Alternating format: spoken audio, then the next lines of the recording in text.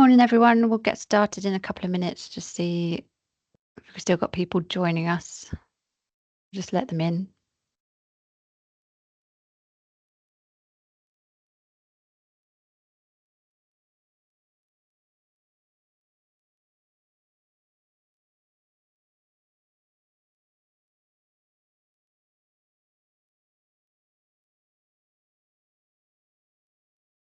Hi, for those joining us, we're just going to get started in a minute or so, just letting people in as they join.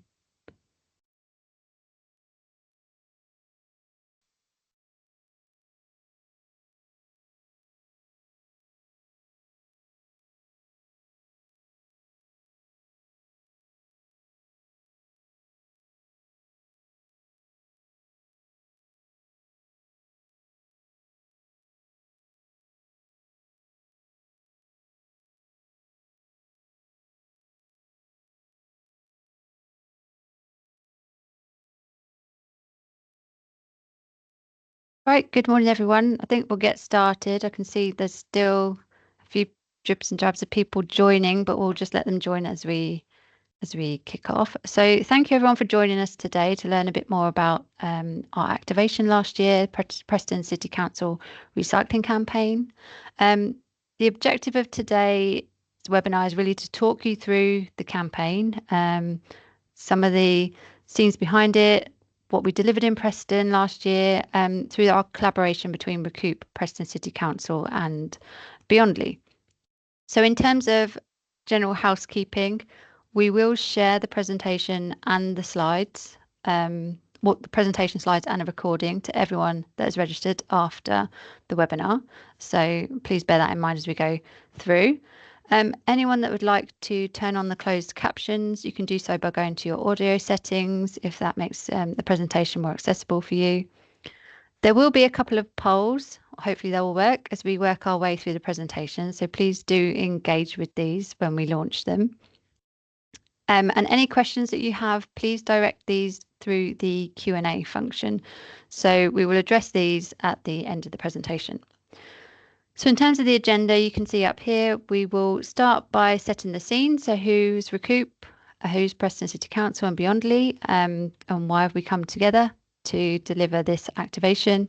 We'll talk about the campaign approach and some of the work that was done prior to delivering the activation, what we did on the ground, the activities that were delivered, what happened, what were the results and the findings from that, and then what did we learn? That's always a really valuable point to understand what we learned from the activation. And then, as I said, we'll follow up with the Q&A at the end of the session. So make sure that you put any questions you might have into that Q&A box as we work our way through. So in terms of your webinar hosts for today, you've got myself, Catherine Fleet. I'm Head of Sustainability and Circularity at Recoup, and I'll tell you a bit more about Recoup in a minute. But I'm also joined by Ellie and Charlotte, who will just quickly introduce themselves. Hi everyone, Ellie Tebbett here from Preston City Council. I'm a recycling officer, so I deal a lot with educational projects, campaigns, anything in that realm. Morning everybody, I'm Charlotte Davis. I work at Beyondly, which is we'll touch on that in a minute, but I'm a resource efficiency and circularity consultant there, so deal with lots of business sort of projects and organisational projects around reducing waste, managing waste and materials and carbon. So yeah, and also have the pleasure of being part of projects like this one as well. Great, thank you both. So I think that brings us on to setting the scene. So we will give you a bit more information about who our organisations are and how we came together to deliver this project. So starting with Recoup. I think, yep, so Recoup, we are the UK's leading independent authority and trusted voice on plastics resource efficiency and recycling. We're a registered charity and we're supported by our members. So we are a member-based organisation and we have over 170 members. So these span, we have retailers, we have brands, we have academia, we have startups. So anyone with an interest in plastics, resource efficiency and recycling, alongside a lot of the waste management companies, the people producing plastic products, reprocessors. So the list is endless. We bring together the whole value chain to really collaborate to push the agenda forward. So our aims are to inspire collaboration by connecting that whole plastics value chain, lead the continued development of a plastic circular economy, um, resource efficiency, recycling, and reuse, and to educate the public and businesses on all aspects of plastics recycling and resource efficiency. So this project really fits into a few of those aims. So I think, yeah, hand over to Ellie, who will introduce Preston City Council. Thank you. So Preston City Council, we're a waste collection authority. Our disposal authority is Lancashire County Council. The borough sits in the centre of Lancashire, and I've popped there where we've got about 66,000 dwellings, but there's been quite a rapid expansion in Preston. We're probably approaching 70,000 now. That is variety of different dwellings, including student accommodation, as we have the University of Lancashire in Preston. We currently have quite a low recycling rate, sitting at around 30.7%, but we're consistently working to improve that during projects like this. Expecting that hopefully to improve with food waste next year as well. Thanks, guys. So yeah, I'll just give a bit of an intro to Beyondly. We're a B Corp environmental consultancy and compliance scheme, basically sharing our knowledge and technical skill with businesses to help them to become more confident about environmental choices, achieve your compliance obligations. So obviously we do packaging, batteries and carbon compliance, and then also some bespoke projects or sort of voluntary projects around the circular economy and achieving net zero. So a full range of services really. And at the heart of Beyondly is our planet, and we really do strive to preserve and protect our home, not only for today, but also for tomorrow. And we are a member of Recoup, so that's sort of where that link comes from. And then also our location, we're in the North Yorkshire, so very close to Preston and Lancashire. So that's kind of where we sort of tie in together as a collaborative.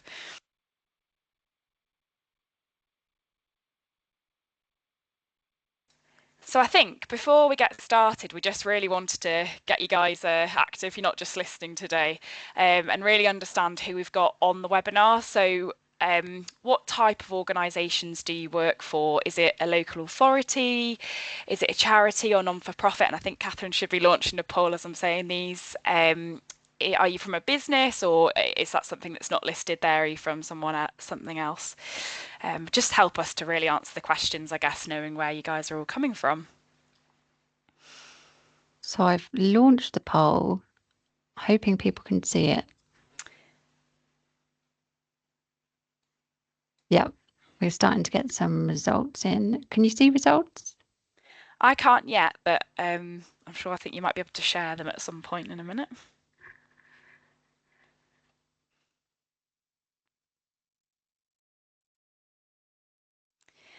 Okay, we've got results in. Let me press done. Does it share the results?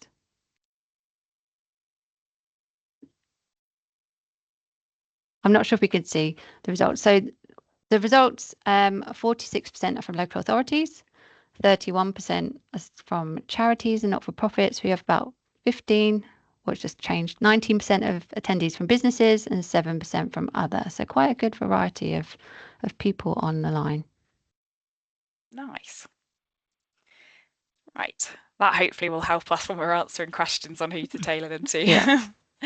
So I guess we wanted to really just touch on, so the reason that the project was able to take place was through the Fund for Change, which is a donation pot that's raised by Beyondly. It's a proportion of our profits every year, and essentially Recoup applied for this, I think now back in 2023, and that's how the sort of project came about. And how it was able to be funded. And that obviously supports our Beyondly vision to create a better, fairer and sustainable world for all. And it's worthwhile mentioning that this runs every year. So the deadline is just actually closed now at the end of August, but it will reopen again in April 2026. So if this is something that you think perhaps we could support, if you've got a new charitable cause or a community project, we recommend you applying. And there's just a couple of organisations or charities we've worked with there on the screen. a full range of supporting campaigns, either through the resource and waste sector, but also just from sort of more local social charities. So yeah, we really recommend taking a look at that. But that's really where this sort of stemmed from. So just to introduce you to Pledge to Recycle Plastic. So this was the initiative under which the program, the activation in Preston was delivered. So Pledge to Recycle Plastics is a initiative run by Recoup. It's our consumer facing brand. It's been run by Recoup since about 2014. So the key objective here for Pledge is to reduce consumer confusion around plastic recycling. So we can combine the knowledge that Recoup has about all the technical details and translate that into consumer facing knowledge to help people understand why they should be recycling, how they should be presenting their recycling, what happens to their recycling after use. So we bring together stakeholders with that common goal of developing education and communications. So we deliver this through a number of different ways, one of which is through local authority activations, like the one delivered in Preston. We've delivered at various different scales for this. And then you'll see there we've got some educational activities that we deliver. We've delivered at festivals. You can see we've got one of the Star Wars. I don't want to name which one because I get it wrong every time, but one of the Star Wars characters, which we were there with at a recent festival. So really getting in and talking to the public. And I think this is something we really pride ourselves on is talking to people about plastics recycling and getting that on the ground, feedback and understanding about what's confusing them around plastics recycling. And it's also really I really enjoy that valuable moment of when you see it click in someone's mind, that understanding of why they should be doing what they're doing. So yeah, it's really, really rewarding work. So we're going to move on to the campaign approach and how this was looked at from the angle of Preston City Council. So I'm going to hand over to Ellie, who will take us through this section. Thanks, Catherine. Yeah, so when I first had discussions with Recoup, we had a chat about what kind of campaign would make the most out of the funding, how we can best target Preston residents, how we can kind of tailor it to our needs as a city. As I mentioned earlier, we've got a rapidly increasing population and lots of dwellings being built and things. So we're taking advantage of targeting the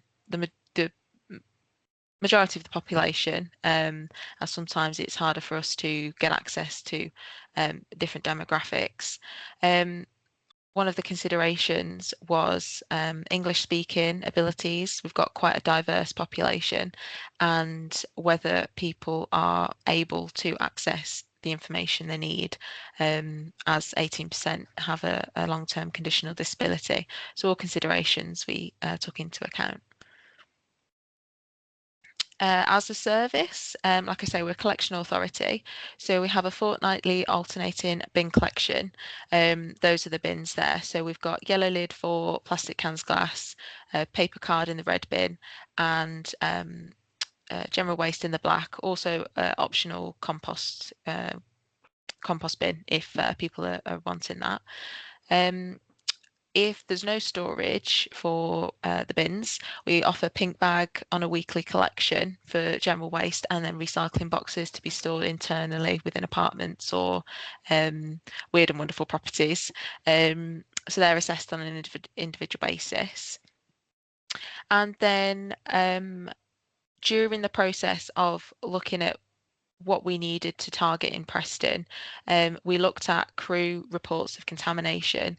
So they have an in-cab unit, and any recycling bins that are contaminated have the wrong items.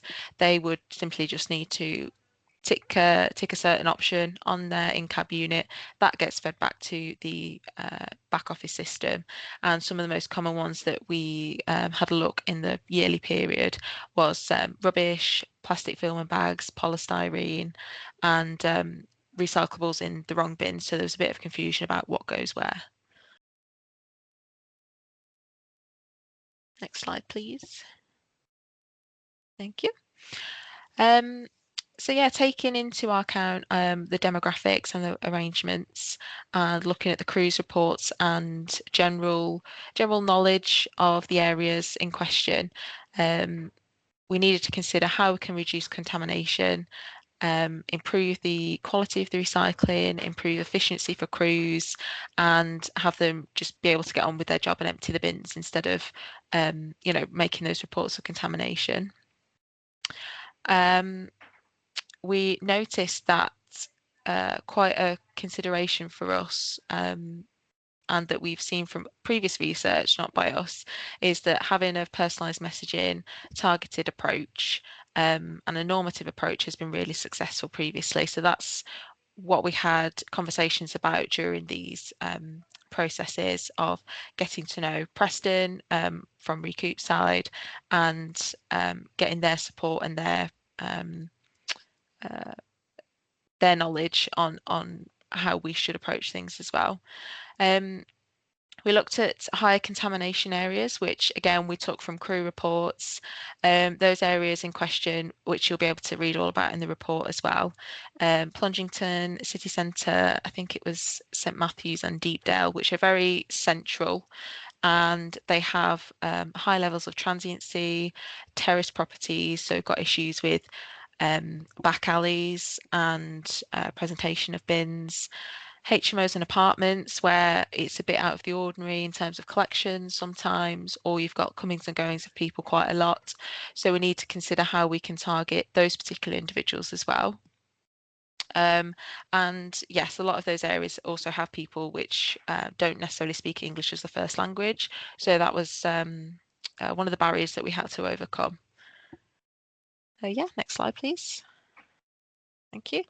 Yeah, so just as an overall kind of an overview of some of the problems that we face as a local authority, and I'm sure people on this call from local authorities will also be able to resonate with. A lot of lack of resource and staffing, funding when it comes to creating large scale projects, being able to target a wide variety of people, just because there's it's not the funding there. I'm sure we've all experienced it. And when it comes to the projects and things, we don't necessarily have the resource to be able to monitor waste ongoing, keep up to date with the waste that the residents are producing, and keep a track of what's the key contaminants, how we can tailor our resources going forward. And then so things like that don't necessarily help maximising reach, but it was amazing to have Recoup and Beyondly support, because that was one of the problems that we could overcome with their support.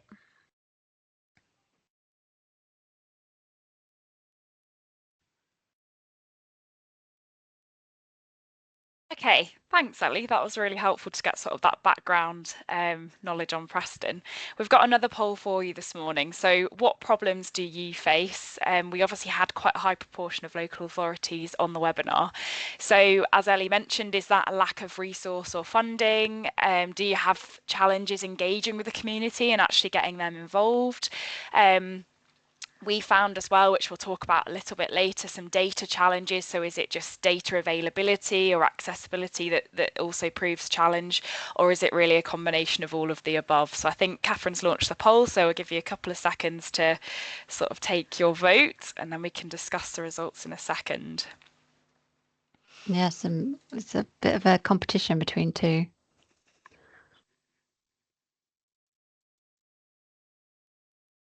It looks like lack of resource and funding might have half of everybody voting for that one. All of the above is close behind, though. That is also true. Yeah. Brilliant. All right, that's really helpful to see.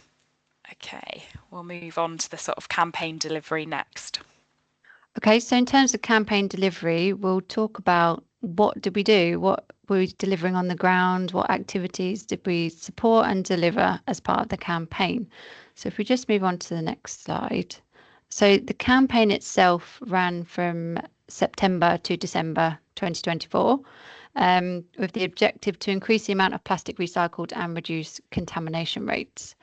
We aim to increase the number of plastics recycled and reduce the contamination by communicating primarily through the types of plastics which can be recycled, the types of plastics which can't be recycled, and how to recycle other materials to help reduce those contamination issues that they're seeing in Preston.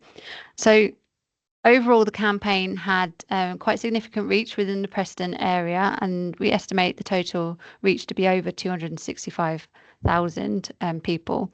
And we're just going to run through some of those activities that were delivered quickly, just to give you an oversight of what occurred during that 3-month period. So I think we had a massive leaflet distribution. I think we reached 60,000 households or just under across the Preston area.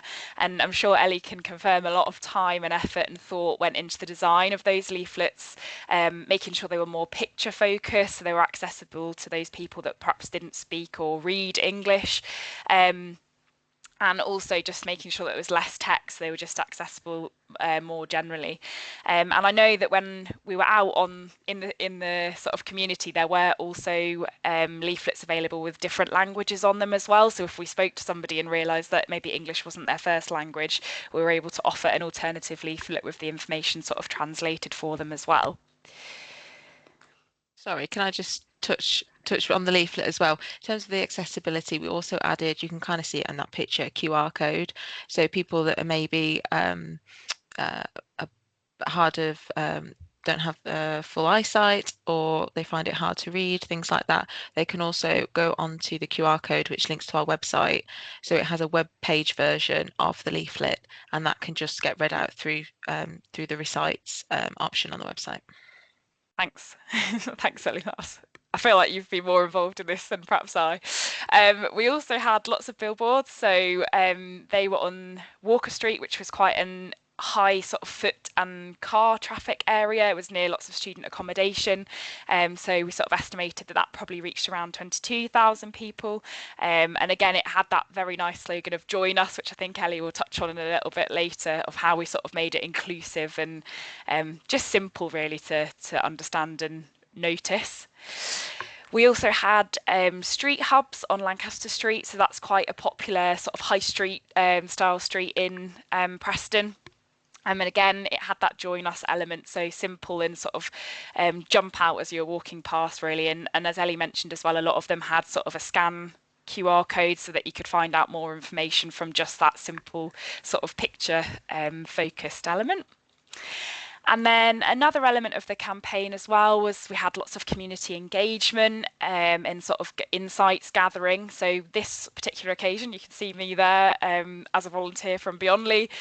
We spoke to about 70 residents, I think, on this particular day, Ellie, stood outside a Spar store. So we're sort of catching people going in and out of the shop, and we really got to talk to them about their experience with recycling and offer advice. And we had some sweets and things like that just to get people engaged, but it was a really good day.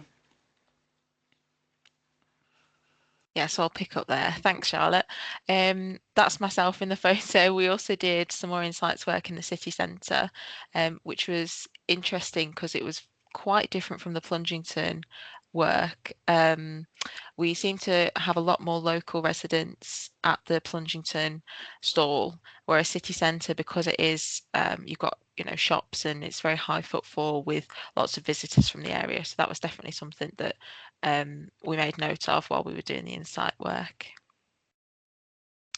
And then hopefully this will work. I don't think we've ever done this before in Preston, but we linked up with one of the local radio stations, not just covering Preston, so we had to kind of adapt our messaging slightly for that. But yes, a lot of the local area, and we had a radio ad campaign with Central Radio, and we definitely tried to tailor it to be quite upbeat, fun, have it resonate with local people. And we had 2 different campaigns, and hopefully it will work if we play that to you now. Hey up, Preston! Did you know over 90% of people recycle in our area? When recycling, there are some simple things you can do to help. Take your recycling out of plastic bags before it goes in the bins. And put the right things in the right bins to avoid your waste being sent to landfill. That means nappies, polystyrene and plastic bags or wrappings always go in your grey bin. Other things like batteries, electrical items and cartons can be taken to your nearest household recycling centre. Small steps together can help make our environment better for all. Join us in recycling for a proud Preston with Preston City Council. See preston.gov.uk/recycling. So hopefully that worked for everyone. Hopefully you had were able to hear that. So as you can tell, we use like local accents. Thumbs up, that's great. If you couldn't hear it, there'll be the slides sent out after, so you're more than welcome to have a listen. So yeah, keeping it very local, keeping it positive, simple messaging as well, and definitely using the audio messaging as well, just so it's kind of clearer and it's not just, information overload. At least you've got that kind of, you can link it to what you would be doing at home. Yeah, and then to accompany all the work we were doing, obviously we needed to pop something on social media. So we took the approach of having kind of combined collective approach for people as a collective to help one another and do the right thing, particularly with this one with the flexibles as one of the main contaminants. So the approach, and I suppose that is across, that's where we started with the join us messaging in the first place, was that we wanted the correct habits to be normal in the community. And like it said in the radio campaign, join us, Proud Preston. Proud Preston's quite a popular phrase, I guess, in the borough. So we were just trying to kind of link it all together, make it for those people to recognise those key messages, but link it with back to recycling and the positive actions that they can take. Yep, thank you, Ellie. So there was also a recycling van in the Flag Market City Centre, which was there for a few days, again just for pedestrians to another visual on the messaging around join us in recycling and pointing towards where you can find out more information. Schools engagement, we'll come on to this again a bit later in terms of some of the learnings, but there was a session delivered at one of the schools which focused on understanding why recycling is important, what can be recycled in Preston, how to recycle right, and then what happens to the material after it's recycled, as we find that's often quite a valuable message to get across to people so they understand what's happening to it. And that reached about 60 students within Preston. Just to add to that as well, it was really nice when we were out in the street, Ellie. I don't know if you remember, a lot of kids recognised the branding or came up and said, hey, you came to my assembly or whatever, which was nice to see that link. So yeah, just to add to that. And then I think the last one, yeah. So the campaign also the Wrap Recycle Week fell within the campaign period. So we utilised the Recycle Now social media assets as well. So that's a fairly well recognised campaign with the Rescue Me Recycle messaging. So that was built into some of the communications as well. So we're going to move on to understanding what the impact this campaign had. So I'm going to hand over to Ellie, who's going to start taking through the key results and findings. Thank you. Yeah, so some of the insights work we were doing with members of the public, speaking to them one-on-one, getting some questionnaire feedback, what their habits were, things like that. Focused on a couple of things. So particularly in terms of the plastic that they do and don't pop in their bin at the moment, obviously because it was a pledge to recycle plastics, we did focus more on the plastic aspect of it. It was interesting to see that some of the target plastic items, which are overlooked a lot, actually correlated quite nicely with what RAP's research has done for Recycle Week, being kind of your your trays and your pots, like your yogurt pots. So we've just included that little mascot that they've got for the Recycle Week this year. I think it was last year as well. But it was interesting to see how it kind of, the insights that we got backed up a lot of the research that was done, and kind of told us through we need to target these particular items in future campaigns as well. And then again, we got the more research on flexible plastics, obviously as a contaminant in the recycling bins. That was the second option, most common habit, sorry, or the primary when it comes to recycling or reuse. It was most common option to pop it in the recycling bin incorrectly. So I'll come on to the barriers in a second, but it did show that when we were having conversations with people, that there was definitely a bit of an ick factor when it came to choosing which plastics to do and don't recycle, because there's that issue of rinsing materials and things like that. Yeah, so if we go on to the barriers, that's great. When it comes to that and things like the food residue, there's quite a few people that we spoke to, interestingly, that thought recyclables needed to be completely spick and span. They needed to have all food off, all food residue, which obviously is ideal, but that does often stop people from just rinsing them in the first place, even if it is a quick rinse. So it was interesting to get people's feedback on this is why I might not do it, and then we can, in the messaging going forward, speak to people and say, you don't have to be perfect, as long as you've got, it's because it will be washed again and pelletized and everything. Speaking to people about the process itself, they really valued that insight, and it was good to kind of myth bust, I suppose, when it comes to that. And yes, so I think when it came to the leaflet as well, we did speak to people saying that, oh, I didn't know this was accepted and not accepted and which bin to put it in. So having that leaflet there was really helpful, and we're overcoming that barrier about confusion. And because the leaflet was so visual, we did encourage people, just pop it on your fridge or in your kitchen, and then you've got that consistent. So it can just be as easy as putting it in the general waste bin.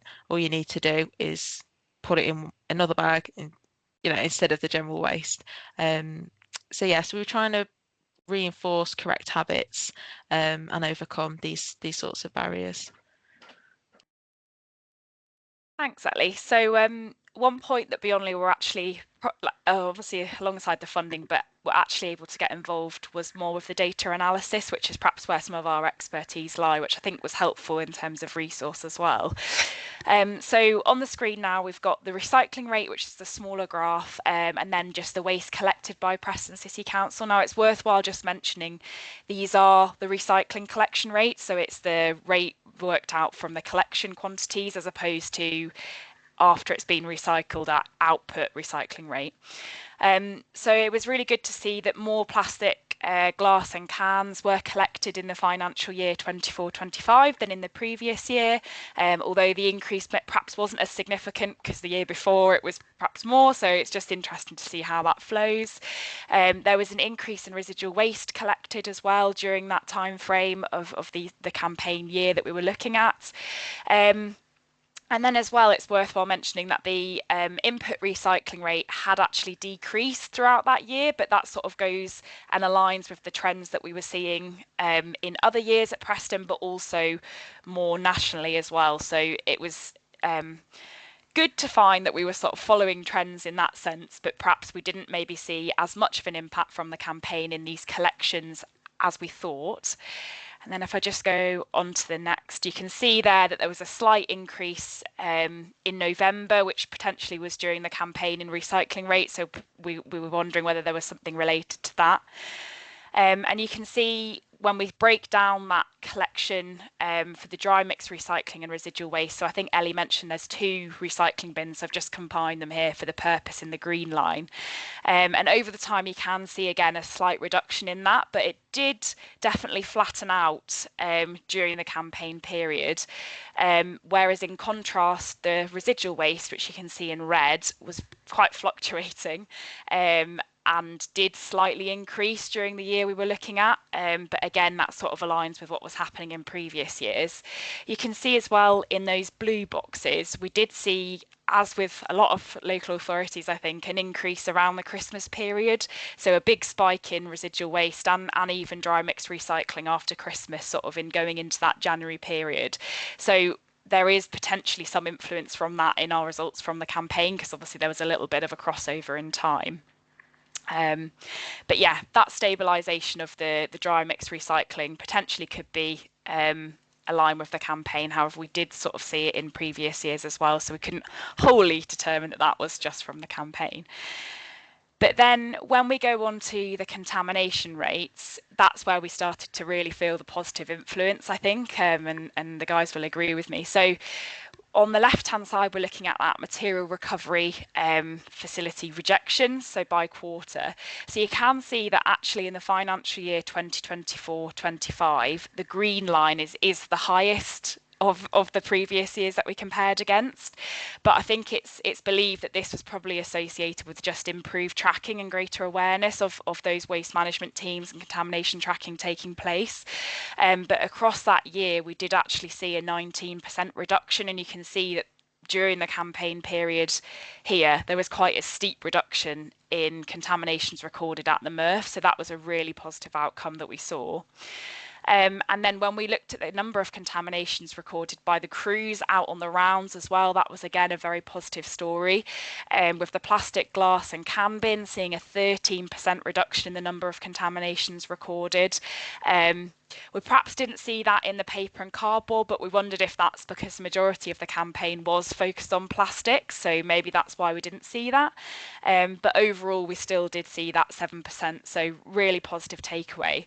And I think something that we then sort of linked was the fact that the residual waste was going up during this period, whereas the dry mix recycling was going down, could potentially relate to the fact that more people were understanding what should be going in the recycling bin, and therefore that was perhaps increasing the residual waste because it was being placed in there as opposed to the incorrect recycling bin that it should be placed in.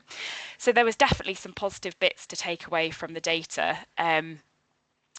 But as with everything, there were some limitations and some more analysis that we really wanted to apply. So as I mentioned already, that decline in recycling rate sort of aligns with national trends. So it wasn't something that we were shocked to see. And I think just a campaign within so many months perhaps wouldn't have been able to influence that significantly, as well as that spike around the festive period and how that in a way clashed with the campaign. So it's just something to be wary of, I guess, in future, but also we wanted to consider that carefully within the results. As I said already, that increased residual waste, we're hoping that was correlating to the enhanced understanding of the correct materials, and we obviously saw that in the reduced contamination data as well, so that was super positive. And we obviously, and I kind of explained that at the start, but we did have some data challenges and around that availability. So we obviously had to use the collection rates as opposed to end recycling rates, purely just there was a bit of a data lag and the availability of that data. And also it's worth mentioning as well that overall data we've just looked at applies to the whole of Preston, as opposed to those 3 wards that Ellie mentioned earlier that we focused a lot of the community efforts in the school sessions. So yeah, it's perhaps a little bit more refracted in terms of the data because we couldn't just narrow down for those 3 specific wards that we focused all or most of the efforts on.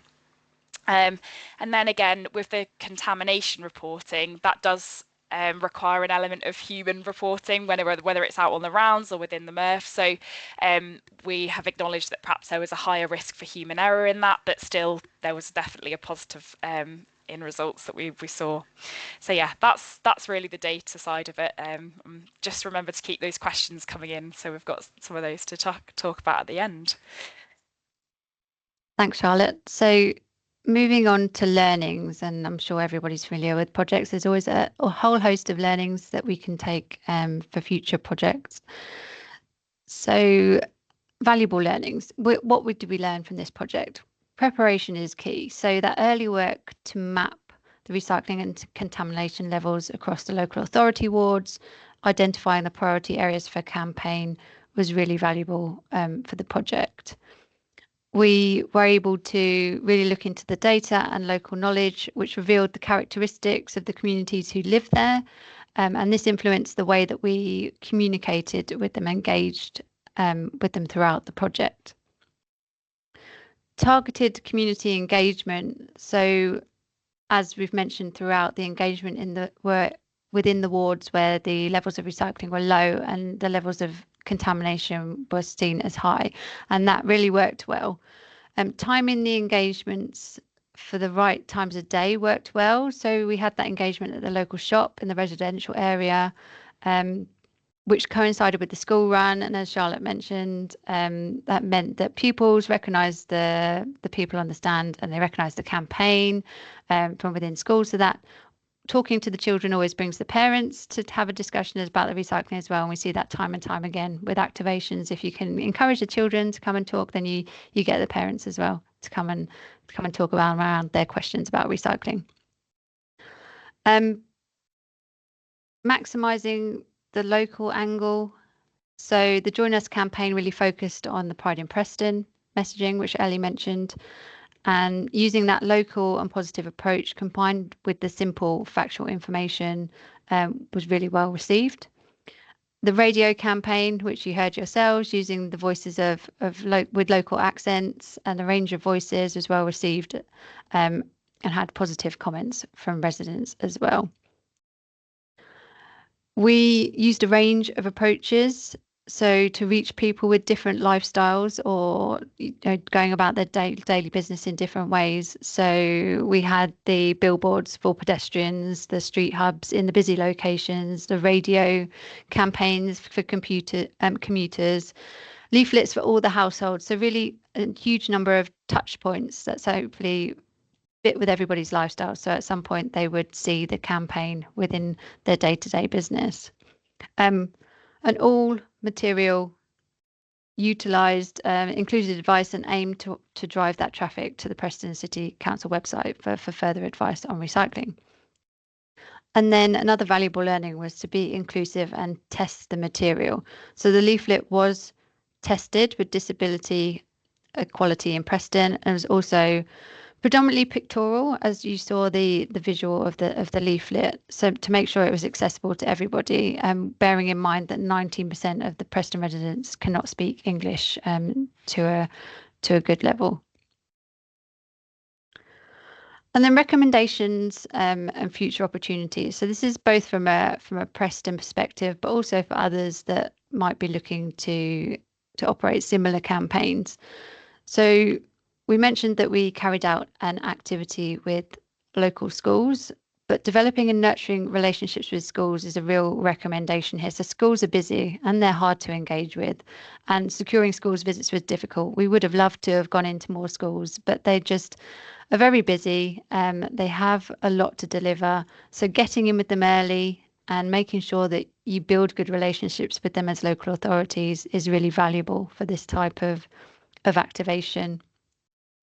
Liaising with other council teams to support. So other areas of the council, so it doesn't just need to sit within the waste team. They might be able to support you with your activation.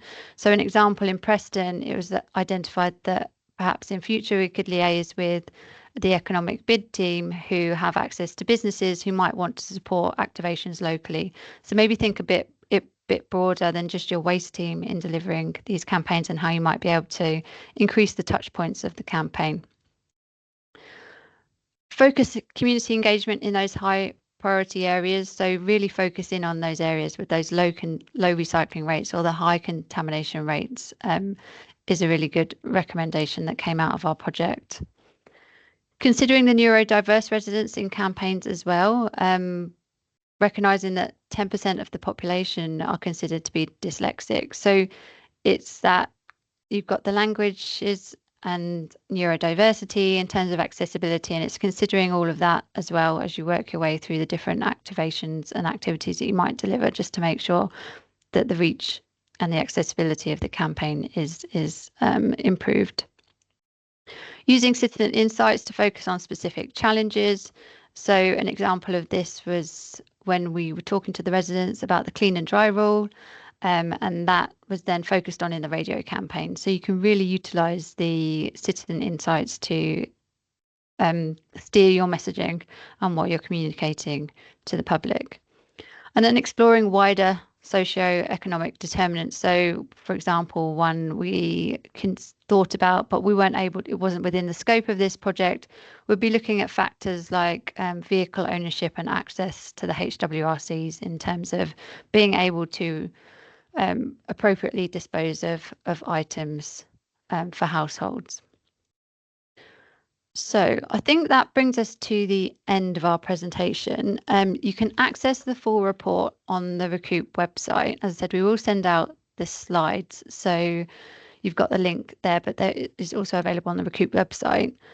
Before we move on to the Q&A, so I'll give you 30 seconds or more just to pop your questions into the Q&A. But I'd like to thank Ellie and Charlotte for their support throughout the activation, and also for their presentations, for joining us to present today the findings of the project. But also a massive thank you to Beyondly, who supported this campaign through their Fund for Change.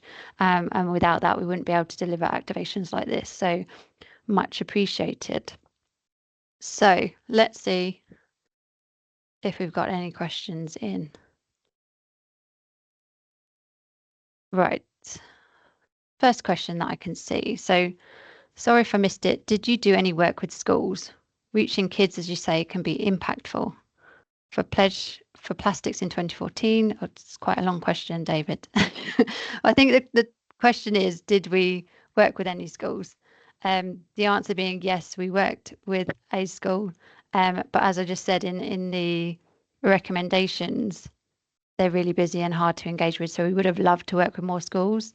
But yeah, it's that relationship. I don't know, Charlotte, Ellie, if you've got anything to add to that.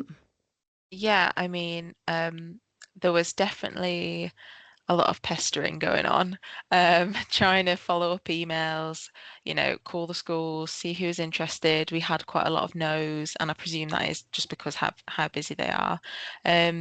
We did, and we were focusing on the schools in those high contamination wards.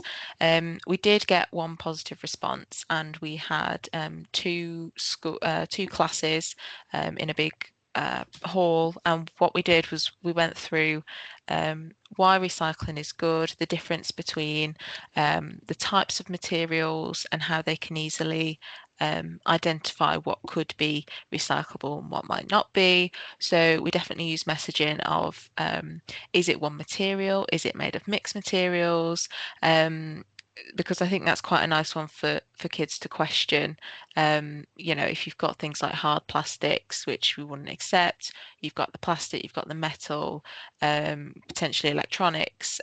So that was kind of an easy message to get across to them. And then we did a sorting game. So we gave them a couple of types of recycling bags, with the colour of the bins on, and then we gave them cards to work together in two teams to see who could get the most amount of correct recycling. And then we gave them, we kind of went through it after, spoke to them about why this might not be accepted, why it was right or wrong, and then gave them all information. I think there was like a workbook with some fun activities, and then recycle information to pass on to their parents. And yeah, like Charlotte mentioned, we had some of the kids walking past a couple of days later saying, "Oh, I saw you," and they've obviously reinforcing that conversation with the parents. Thank you. So we have another question. Was there a noticeable difference in the engagement and learning levels between the age groups? Don't think that was something we particularly quantified in terms of data. No, not in terms of data. I think the kids were definitely quite interested, involved, and they like doing something out of the ordinary, a bit different to just the normal classes. So they were definitely really engaged and involved. Um, yeah, specific age groups we didn't really look at, but in terms of location wise, which I can maybe talk about a bit better, was that and I think I mentioned it earlier about the city centre compared to more of a local stall, wasn't as successful, didn't get many people coming up to us that were Preston residents. So we had to go and speak to people out and about in the city centre, as I think. So I think going forward, and just learnings for anyone else considering doing stalls, make the most of your time by doing it in those local areas, where people are just generally more engaging. Yeah, definitely a good learning. There's another one for you, I'm afraid, Ellie. Were you able to track the use of the QR codes on posters? Did you get a good engagement from them, and did website traffic increase at all? To be honest, I don't think that was something that we necessarily focused on. There was, I think it was pretty well used, because and I think local authorities, potentially something to keep in mind, maybe those residents that you have coming on quite a lot with specific problems, or so, for example, there was a gentleman who, whenever we have previously sent out waste material, we didn't necessarily have an accessible QR code on it. And because he was blind, he had issue with the fact that he couldn't access the material, and it's the same as anybody else, which is completely understandable. But it was something that I particularly kept him in mind when delivering the campaign, and making sure I would think of specific people that if it wasn't accessible to them, they might complain, or they might find it harder to reach them as well. And we didn't get anything back from him complaining. So I'm assuming that he was able to access it, and it was used, but I don't have any specific data. But I definitely recommend people, if you've got particular problems, or residents that are consistently coming to you with their problems, keep them in mind, because your knowledge of your local area and your local residents is absolutely key to making it a success. Charlotte, did you want to come in? Just jump in there. So obviously wasn't as involved as Ellie by any means, but the one day that we were on site outside the Spa shop, I remember quite a few people not wanting to scan, because we had a little survey on a QR code, and they were quite hesitant to do it, or they thought it was going to take more of their time, or so just a bit of insight from that sort of side of things. We ended up doing the survey quite a lot ourselves, didn't we, Ellie, through our phones, but just asking them the questions. So that might be something. And I know probably myself walking past the stall, I probably would be fine with scanning a QR code, but perhaps the population that we were speaking to were perhaps a little bit older, maybe. I'm not sure, particularly maybe during the day, out and about doing their errands and things. Yeah. So maybe it's just, considering that kind of difference, and just from that day alone, they weren't that keen to scan the QR code, but they were more than happy to talk about us, and we recorded their answers. So I think that was definitely a bit of insight on the QR codes just from that one volunteering day. Yeah. So we've got another question asking about the total cost of the campaign and the cost breakdown. So I can give a bit of perspective on that, and then we've got a second part, Ellie, about the van at the event, is if that was an existing asset or bought for the campaign too. So I can address the first part. So Recoup received £20,000 of funding from Beyondly Fund for Change, which is not a huge amount for an activation in a local authority. But what made the world of difference to this campaign was the in-kind support that we received from both Preston City Council and also Beyondly, and the collaboration between all the partners to deliver this project as well.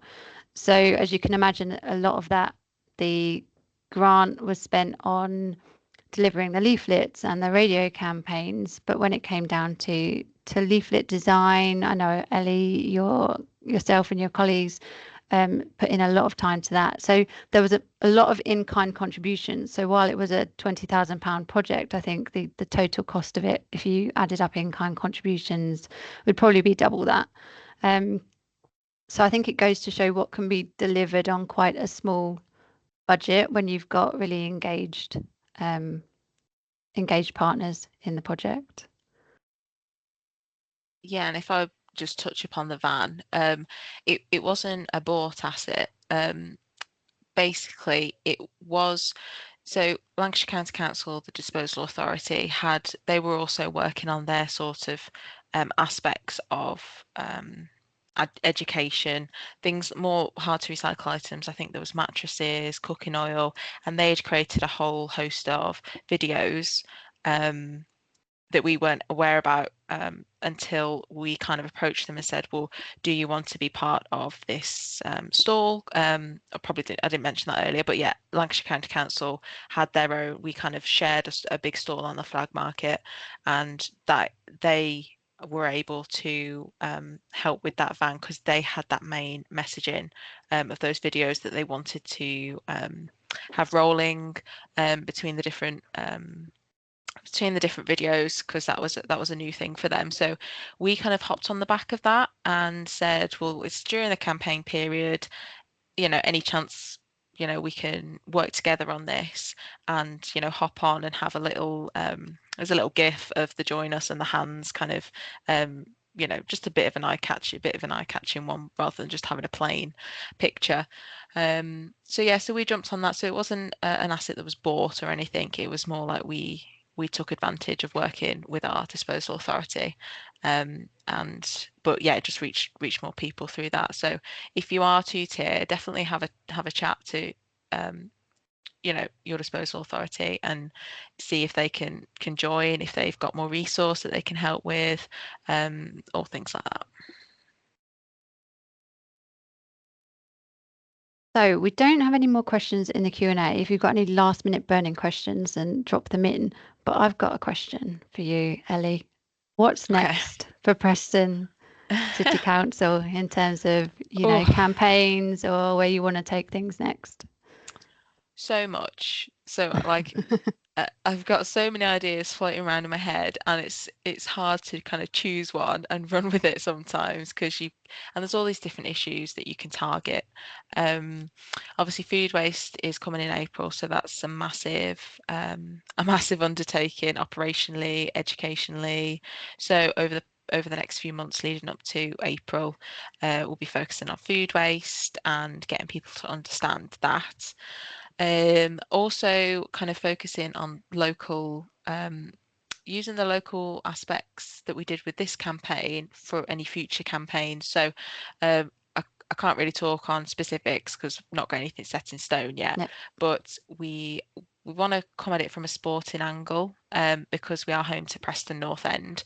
So any sort of campaigns, we want to make it relatable and not necessarily make recycling obviously the messaging and those positive habit reinforcements, but not as a recycle, as in kind of linking it with relatable things in the community, because people are a lot more engaging and a lot more responsive to different kinds of approaches, and we saw that recently with a partnership we did with Every Can Counts, part of AliPro, and we used a local artist to create a recycling themed mural during a local event that was really popular in the community, and that had massive, really amazing feedback from people, because people noticed that figure in their community already. They liked that it was an artwork piece, and there was lots of people taking pictures, and I think if you were just putting a picture up from a general picture of recycling in comparative to getting that message across more artistically and using local people, the amount of people that kind of posted that picture of the canvas instead of just getting ways of people to, I guess, subliminally get those recycling messages on board. Yeah. Great. Sounds like there's going to be a really exciting future ahead for Preston then in terms of I hope campaigns and so. messaging. Yeah. Looks like we've nearly hit time, which I think we could keep talking for a little while longer about all of this. But thank you so much to everyone for joining us. We will send out, as you said, the slides and a recording of the presentation. And yeah, if you have any further questions, then just come back to us and the email that we send out, and we can direct them to Charlotte or Ellie as required. But yeah, thank you for joining us, and hope to see you all soon. Thanks. Thanks Thank so you, much, everyone. guys. Thanks for joining. Bye. Bye.